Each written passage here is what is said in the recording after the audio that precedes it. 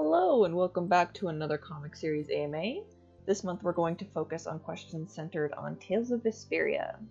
Tales of Vesperia is a JRPG in the Tales of series that was released a few years back for the Xbox 360 and the PS3 edition. And then recently they got a definitive edition that has more content like new locations, new costumes, new characters. Great stuff. I'm going to try something different for this AMA. Usually I write down my full answers and read them out, but this time I'm going to try to answer off the top of my head with only a few bullet points for some of the questions that have broader topics. For the first question from Angel Princess, did you play the Switch release of Vesperia?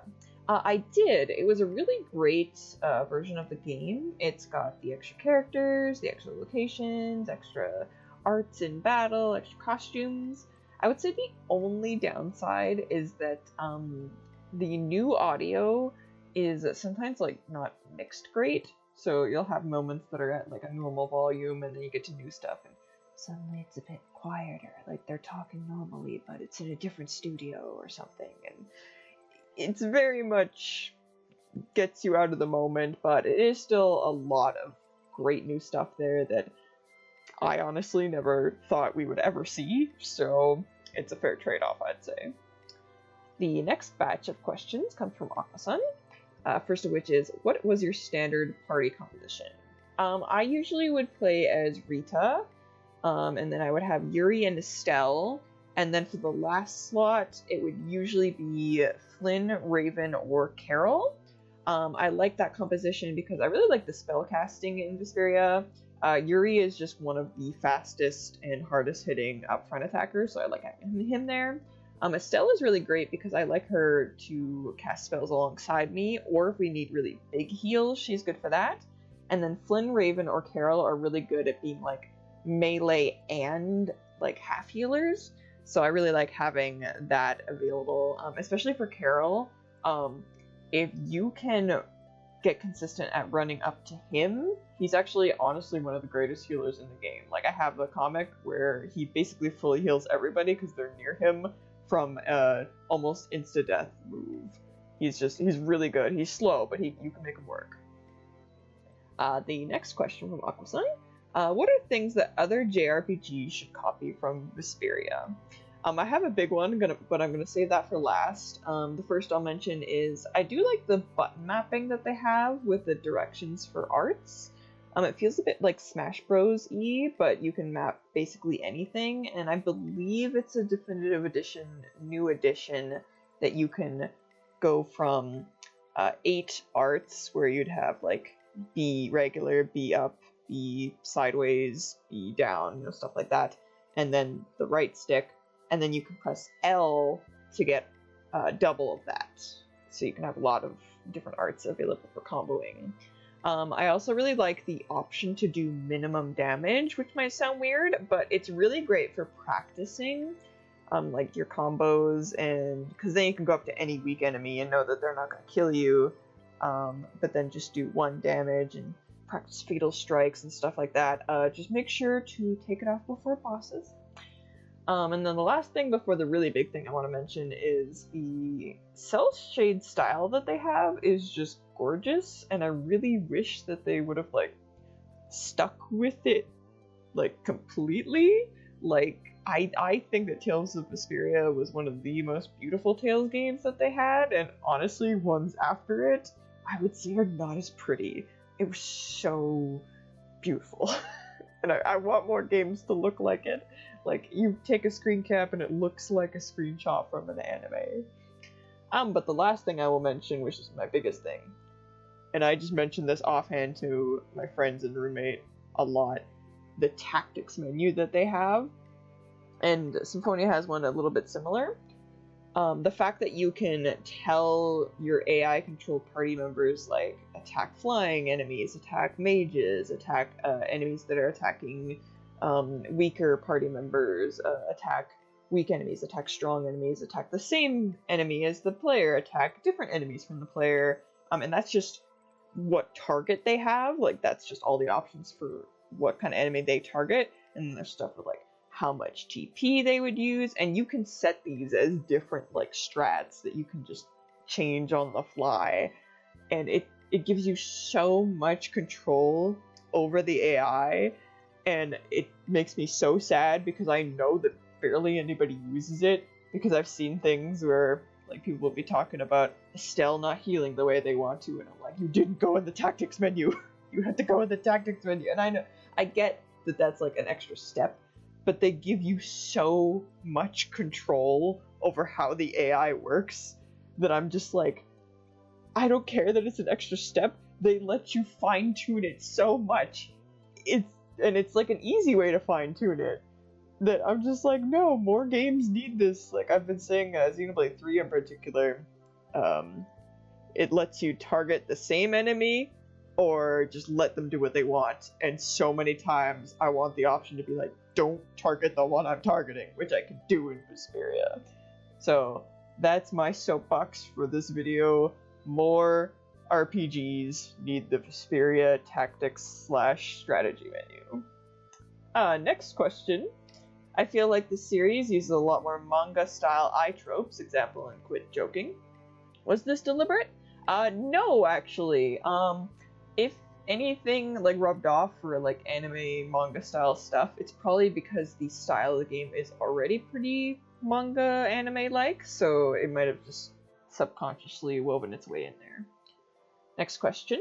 Who do you think is the best character in terms of writing?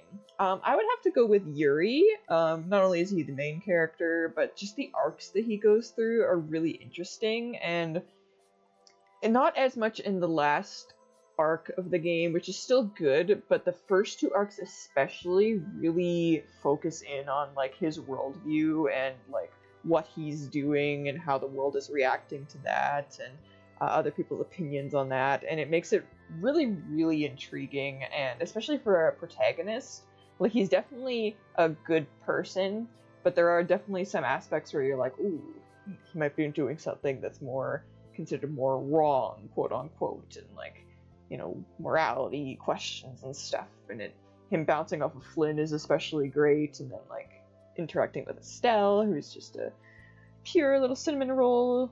It's just so interesting to watch his arc unfold. Next question, and last from Aquasun. How does Vesperia stack up against other games in the Tales series? So I haven't played all of the Tales games, so I only know a few things about like the earlier ones, like Fantasia up to, I think, whatever was before Symphonia. I actually don't even know. So I've played Symphonia a lot, Vesperia a lot, Abyss once, and then Berseria once. Of those four, Berseria, I love it dearly, but I would put it at the lower end just because most of my love is for the characters and general story, but the gameplay and the world itself really didn't grab me that much. Abyss, I'd have to put third, but with a big asterisk in the fact that I only played it once, so it didn't stick with me for that specific reason. I would say it's still higher than Berseria by a large margin, though, just because I actually, even just that one playthrough, I could tell it's a very well done special game, and if I owned it, it would probably be higher, I would assume, because the cast is great, the world is great, the plot is great, the gameplay was really fun.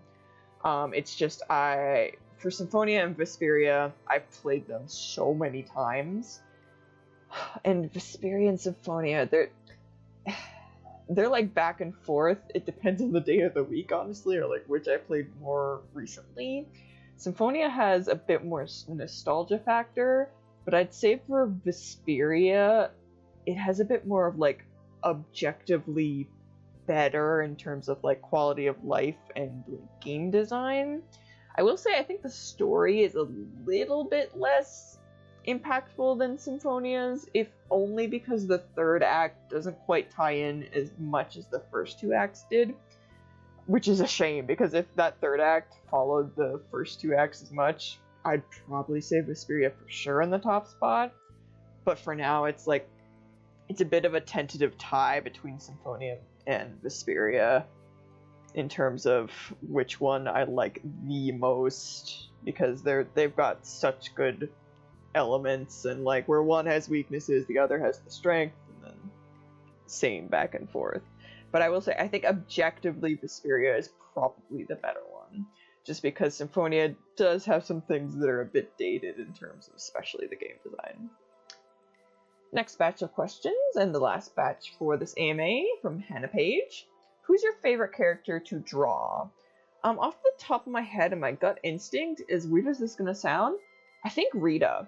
She has a lot of stuff going on in her design, but once you grasp it, she's actually really fun to draw, because it's actually like, I don't know if I want to say easy, but like it makes sense. I've seen a lot of designs Xenoblade where they're complex, but like in a way that doesn't really make much sense, and there's too many baubles, and you're just like, what is going on here? And sometimes you can't figure out, like, okay, is this like a sweater? Is this the vest? Or like, what is the shape that's going on here? But with Rita's outfit, it's very well put together. And she has a lot of weird random things on her, but they're all for like a reason, and they're not like weird accessories. Like she's got a pair of glasses, she's got some pens. Like you can tell what the accessories are, which helps a lot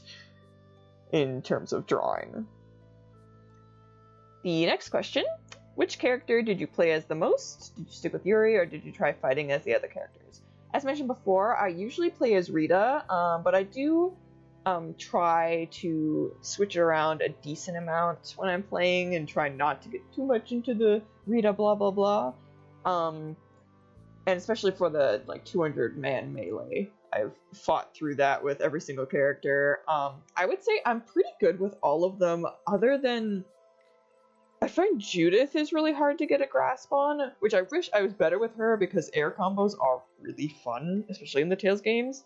But it never quite clicked with me, and especially I think the thing with that is that like the air juggling kind of takes it out of reach of everybody else, which takes away a little bit of the fun. And then also with Rapide, always felt a little bit weird to fight with, but he was a bit easier than Judith, and once you get a hang of him, he's really fun, and he has a move that you can infinitely combo into itself, so that's always fun. Next question, what do you think of the character design in the game? Do you think there are elements that could be touched up? Obviously nothing is perfect, but off the top of my head, there's not really anything. Like, I think that Vesperia has a very, very good design to, especially the characters. They all really stand out, and there's a very distinct fashion that they have, like, going on, and as an artist, each one of them, like I said, like, even Rita's kind of crazy outfit, it makes sense, and, like, you can tell, like, oh, okay, that's part of Flynn's cape, that's, like, he's wearing a coat over this armor, like, you can look at a character and tell, okay, these are the pieces of clothing that they're wearing, and they all have a lot of very distinct colors, too. Like, you can see a color palette and kind of immediately know, like, oh, that's Kaufman, you know, and even, like, minor characters like Kaufman have these interesting designs that do speak to their character, and I don't know, I think that Vesperia has one of the strongest designed casts I've seen in a game, or at least one that, you know, plays to my sensibilities that I like. Maybe part of that actually is also the cell shaded style, because they all look very, very, very nice in game. Yeah, there's not really much else I could honestly say. Like, I'm sure that there are probably elements that could be quote-unquote touched up, but I just love the design so much that I can't even think of anything. I'm just like, nah, they're perfect to me. Ooh, next question. Did you have a favorite skit in Vesperia? If so, which one? This is a tough one because there are so many skits in Vesperia, and so many of them are so good.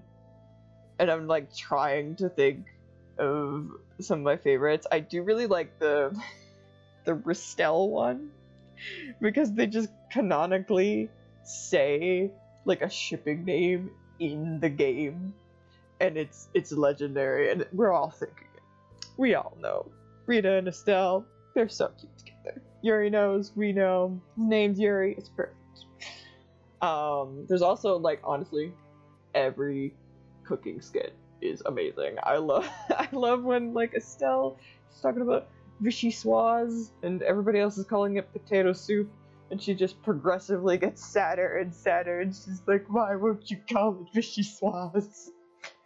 And Flynn being, like, good at cooking, but also horrible at cooking, depending on if he follows the recipe or not. It's so much great little character building, and it's like one way that the cooking system makes me actually use it, because I'm like, I want to see all these skits. Or like they cook hot noodles in the desert, and Yuri's like, sorry, I just wanted some. You can see there's so many. If anybody has not watched the skits of Vesperia, I highly recommend it. Though I guess there'd be like spoilers and stuff, but they're so funny. And they're a reasonable length. Vesperia. Anyway, last question from Hannah Page, and last question for this AMA. What was your favorite comic to draw in this series? This was actually a really hard one, because I actually made these quite a while ago, so I kind of didn't remember like if I enjoyed like certain ones more than others. But two that I really liked looking at, and I think I had some good fun with them.